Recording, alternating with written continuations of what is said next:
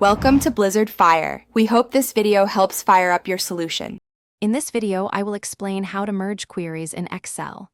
Merging queries allows you to combine data from different tables or sources into a single, comprehensive dataset.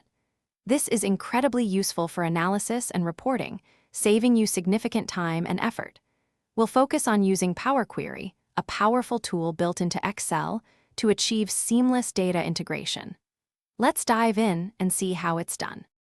First, open the Power Query editor by navigating to the Data tab and selecting Get Data, then launch Power Query Editor. Once open, select your primary table. Then, click Merge Queries from the Home tab. A dialog box will appear, prompting you to select the second table and the columns to match. Carefully choose the join kind, such as left outer or inner, to ensure your data combines correctly. After merging, you'll see a new column containing table objects. Click the expand icon in the column header to select which fields from the secondary table you want to include.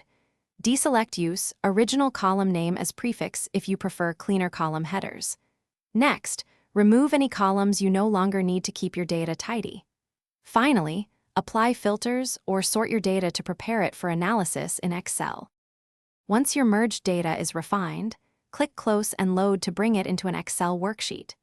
Remember to refresh your queries regularly to ensure your data remains current, especially if your source data changes. This keeps your reports and analyses up to date with minimal effort. Also, for more great tips and resources, including a book that can truly change how you think about money, check out the description below for links and other deals. Thanks for watching. If you found this helpful, don't forget to like and subscribe.